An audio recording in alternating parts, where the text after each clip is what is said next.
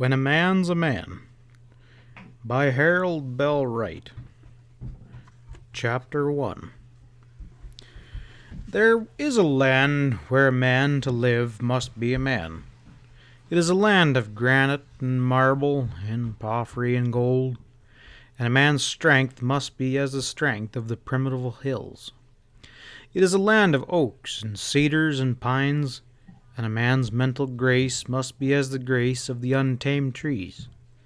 It is a land of far-arched and unstained skies where the wind sweeps free and untainted, and the atmosphere is the atmosphere of those places that remain as God made them, and a man's soul must be as the unstained skies, the unburdened wind, and the untainted atmosphere. It is a land of wide mesas, of wild rolling pastures and broad untilled valley meadows, and a man's freedom must be that freedom which is not bound by the fences of too weak and timid conversation. In this land every man, by divine right, is his own king.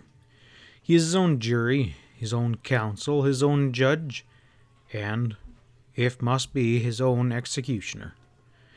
And in this land where a man to live must be a man, a woman, if she be not a woman, must surely perish.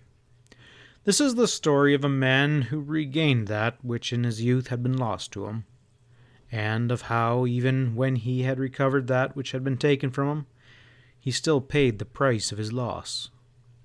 It is the story of a woman who was saved from herself, and of how she was led to hold fast to those things, the loss of which cost the man so great a price. The story, as I've put it down here, begins at Prescott, Arizona, on the day following the annual 4th of July celebration in one of those far western years that saw the passing of Indian and the coming of automobile. The man was walking along one of the few roads that led out of the little city, through the mountain gaps and passes to the wide unfenced ranges and to the lonely scattered ranches on the creeks and flats and valleys of the great open country that lay beyond. From the fact that he was walking in that land where the distances are such that men most commonly ride, and from the many marks that environment and training leave upon us all, it was evident that the pedestrian was a stranger. He was a man in the prime of young manhood, tall, exceedingly well-portioned, and as he went forward along the dusty road he bore himself with the uncautious air of one more accustomed to crowded street than to that rude and unpaved highway. His clothing bore the unmistakable stamp of a tailor of rank. His person was groomed with that nicety of detail that permitted only to those who possessed both means and leisure, as well as taste. It was evident, too, from his movement and bearing, that he had not sought the mile-high atmosphere of Prescott with the hope that it holds out to those in need of health. But still, there was something about him that suggested a lack of the manly vigor and strength that should have been his. A student of men would have said that nature made this man to be in physical strength and spiritual prowess a commander and a leader of men, a man's man, a man among men. The same student, looking more closely, might have added to that in some way, through some cruel trick of misfortune, this man had been cheated of his birthright. The day was still young when the stranger gained the top of the first hill where the road turns to make its steep and winding way down through the scattered pines and scrub oaks to the burnt ranch. Behind him, the little city, so picturesque in those mountain basins, with the wild unfenced land coming down to its very dooryards, was slowly awakening after the last mad night of its celebration. The tents of the tawdry shows that had tempted the crowds with vulgar indecencies, and the booths of that which were sheltering in petty games of chance, where loud-voiced criers had persuaded the multitude with the hope of winning a worthless bauble or tinsel toy, were being cleared away from the borders of the plaza, the beauty of which their presence had marred. In the plaza itself which is the heart of the town, and is usually kept with much pride and care. The bronze statue of the vigorous Rough Rider Bucky O'Neill and his spirited charger seemed pathetically out of place among the litter of colorful confetti and exploding fireworks and the refuse from various treats and lunches left by the celebrating citizens and their guests. The flags and hunting that from window and roof and pole and doorway had given the day its gay note of color. It hung faded and listless, as though spent with their gaiety, mutely conscious that the spirit and purpose of their gladness had passed. They waited the hand that would remove them to the ash barrel and the rubbish heap. Pausing, the man turned to look back. For some minutes he stood as one who, while determined upon a certain course, yet hesitates, reluctant, regretful, at the beginning of his venture. Then he went on, walking with a certain reckless swing, as though in ignorance of that land towards which he had set his face, he still resolutely turned his back upon that which lay behind. It was as though, for this man too, the gala day with its tinselly bravery and confetti spirit, it was of the past. A short way down the road, the man stopped again, this time to stand half-turned with his head in a listening attitude. The sound of a vehicle approaching from the way from whence he had come had reached his ears. As the noise of wheels and hoofs grew louder, a strange expression of mingled uncertainty, determination, and something very like fear came over his face. He started forward, hesitated, looked back, and then turned doubtfully towards the thinly wooded mountainside. Then, with tardy decision, he left the road and disappeared behind a clump of oak bush an instant before a team and buckboard rounded the turn and appeared in full view. An unmistakable cattleman, grizzle-haired, square-shouldered, and substantial, had driven the wild-looking team. Beside him sat a motherly woman and a little boy. As they passed the clump of brush, the near horse of the half-broken pair gave a cat-like bound to the right against his trace-mate. A second jump followed the first with a flash-like quickness, and this time the frightened animal was accompanied by his companion, who, not knowing what it was about, jumped in general purpose. But, quick as they were, the strength of the driver's skillful arms met their weight on the reins and forced them to keep to the road. "You damned fools!" the driver chided good-naturedly as they plunged ahead. "Been raised on a cow ranch to get scared at a calf in the brush." Very slowly, the stranger came from behind the bushes. Cautiously he returned to the road, his fine lips curled in a curious mocking smile, but it was himself that he mocked, for there was a look in his dark eyes that gave to his naturally strong face an almost pathetic expression of self-deprecation and shame.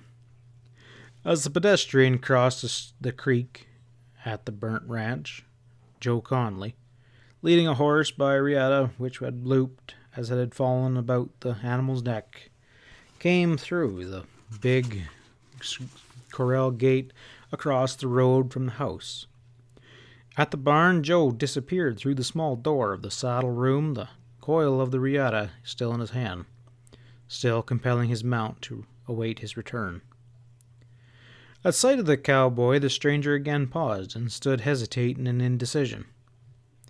But as Joe reappeared from the barn with bridle, saddle blanket, and saddle in hand, the man went reluctantly forward as though prompted by some necessity. "Good morning," said the stranger courteously, and his voice was the voice of that fitting his dress and bearing, which his face now was the carefully schooled countenance of a man well trained and well poised. With a quick, estimating glance, Joe returned to the stranger's greeting and dropped the saddle and blanket on the ground, approaching his horse's head. Instantly, the animal sprang back with head high and eyes defiant, but there was no escape, for the rawhide riata was still securely held by his master. There was a short, sharp scuffle that sent the gravel by the roadside flying, the controlling bit, was between the reluctant teeth and the cowboy, who was silently taking the horse's objection as a matter of course, adjusts the blanket, and with the easy skill of a long practiced swing, the heavy saddle was laid in place. As the cowboy caught the dangling clinch, and with a deft hand he tucked the latigo strap through the ring and drew it tight. There was a look of almost pathetic wistfulness on the watching stranger's face, a look of wistfulness and admiration and envy. Dropping the stirrup, Joe again faced the stranger, this time inquiringly, with that bold, straightforward look so characteristic of his kind. And now, when the man spoke, his voice had a curious note, as if the speaker had lost a little of his poise. It was almost a note of apology, and again in his eyes there was that pitiful look of self-deprecation and shame. "Pardon me," he said, "but will you tell me, please, am I right that this is the road to Williamson Valley?" The stranger's manner and voice were in such contrast to his general appearance that the cowboy frankly looked his wonder as he answered courteously, "Yes, sir." "And it will take me directly to Cross Triangle Ranch?" "If you keep straight across the valley, it will. If you take the right-hand fork at the ridge above the goat ranch, it'll take you to Simmons. There's a road from Simmons to the Cross Triangle on the far side of the valley, though. You can see the valley and the Cross Triangle home ranch from the top of the divide." "Thank you." The stranger was turning to go when the man in the blue jumper and fringed leather chap spoke again curiously. "The Dean with Stella and little Billy passed in the buckboard less than an hour ago on their way from the celebration. Funny they didn't pick you up if you're going there." The other paused questioningly. "The Dean?" The cowboy smiled. "Mr. Baldwin, the owner of the Cross Triangle, you know." "Oh." The stranger was clearly embarrassed. Perhaps he was thinking of that clump of brush on the mountainside. Joe, loosening his riata from the horse's neck and coiling it carefully, considered a moment, and then, "You aren't going to walk to that Cross Triangle, are you?" The self-mocking smile touched the man's lips, but there was a hint of decisive purpose in his voice as he answered, "Oh, yes." Again the cowboy frankly measured the stranger, and then he moved towards the corral gate, the coiled riata in one hand and the bridle rein in the other. "I'll go catch up a horse for you," he said in a matter-of-fact tone, as if reaching a decision. The other spoke hastily. No, please don't trouble." Joe paused curiously. "Well, any friend of Mr. Baldwin is welcome to anything on the burnt ranch, stranger." But I've never met Mr. Baldwin," explained the other one lamely. "Oh, that's all right," returned the cowboy heartily. "You're going to, and that's the same thing." Again he started towards the gate. Pardon me, you are very kind, but I prefer to walk." Once more Joe halted, a puzzled expression on his tanned and weather-beaten face. "I suppose you're aware it's quite some walk," he suggested doubtfully, as if the man's ignorance were the only possible solution of his unheard-of assertion. "So I understand, but it'll be good for me. Really, I prefer to walk." Without a word, the cowboy turned back to his horse and proceeded methodically to tie the coiled riata in its place on the saddle.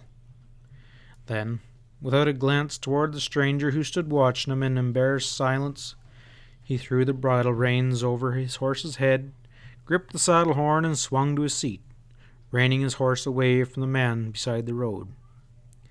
The stranger, thus abruptly dismissed, moved hurriedly away. Halfway back to the creek, the cowboy checked his horse and looked back at the pedestrian as the latter was making his way under the pines and up the hill. When the man had disappeared over the crest of the hill, the cowboy muttered a bewilderment something and touched his horse with the spurs and loped away as if dismissing a problem that was too complex for his simple mind. All that day, the stranger followed that dusty, unfenced road. Over his head, the wide, bright sky was without a cloud to break its vast expanse. On the great open range of mountains, flat and valley, the cattle lay quietly in the shadow of oak or walnut or cedar, or with slow, listless movements sought the watering places to slacken their thirst. The wild things returned to their secret hiding places in rocky den and leafy thicket to await the cool of the evening hunting hour. The very air was motionless, as if the never-tired wind itself drowsed itself. And, alone in the hushed bigness of that land, the man walked with his thoughts, brooding, perhaps, over whatever it was that was so strangely that placed him here, dreaming, it may be, over that which might have been, or that which had yet to happen. Viewing the questioning, wondering, half-fearful eyes the mighty untamed scenes that met his eye on every hand. Nor did anyone see him, for at every sound of approaching horse or vehicle he went aside from the highway to hide in the bush or behind some convenient rock. And always, when he came from his hiding place to resume his journey, that odd smile of self-mockery was on his face. At noon, he rested for a little beside the road, which he ate a meagre sandwich that he had taken from the pocket of his coat. Then he pushed on again, with grim determination, deeper and deeper into the heart and life of that world which was to him so evidently new and strange. The afternoon was well spent when he made his way, weary now, with drooping shoulders and dragging step, all up the long slope of the divide that marks the eastern boundary of the range about Williamson Valley. At the summit, where the road turns sharply round the shoulder of the mountain and begins to steep descend on the other side of the ridge, he stopped. His tired form straightened, his face lighted with a look of wondering awe, and an involuntary exclamation came from his lips as his unaccustomed eyes swept that wide open view that lay from his feet and rolled beneath him.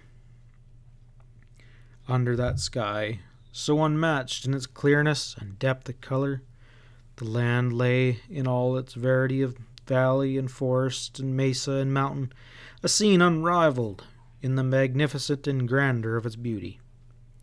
Miles upon miles in distance, upon those primeval reaches, the faint blue peaks and domes and ridges of the mountains that ranked an uncounted sentinel host. The darker masses of the timbered hillsides, with the very shades of pine and cedar, the lighter tints of oak brush and chaparral, the dun tones of the open grasslands, and the brighter note of the valley's meadows greens were defined, blended, harmonized by the overlaying haze, with a delicacy exquisite beyond any human power to picture. And in the nearer distance, chiefs of that army of mountain peaks, and masters of the many miles that lay within their circle, Granite Mountain, gray and grim, reared its mighty bulk of cliff and crag, as if supreme defiance of the changing years or the hand of humankind.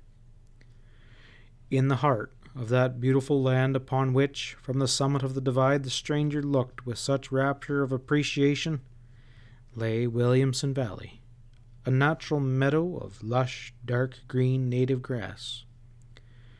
And had the man's eyes been trained to such distances, he might have distinguished in the blue haze the red roofs of the buildings of the Cross Triangle Ranch. For some time the man stood there, a lonely figure against the sky, particularly out of place in his careful garb of the cities. The schooled indifference of his face was broken. His self-deprecation and mockery were forgotten. His dark eyes glowed with the fire of excited anticipation. with hope and determined purpose.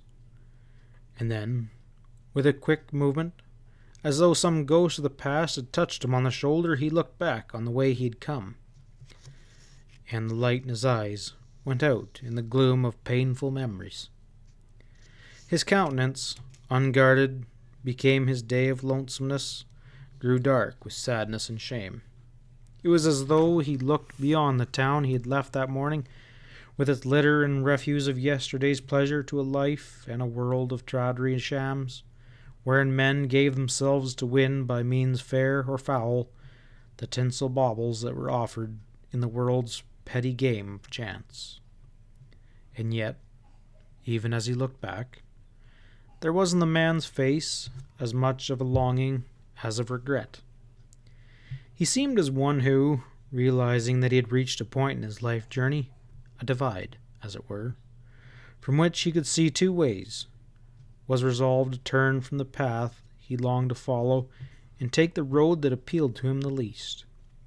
As one enlisted to fight in a just and worthy cause might pause a moment before taking the oath of service to regret the ease and freedom he was about to surrender, so this man paused on that summit of the divide.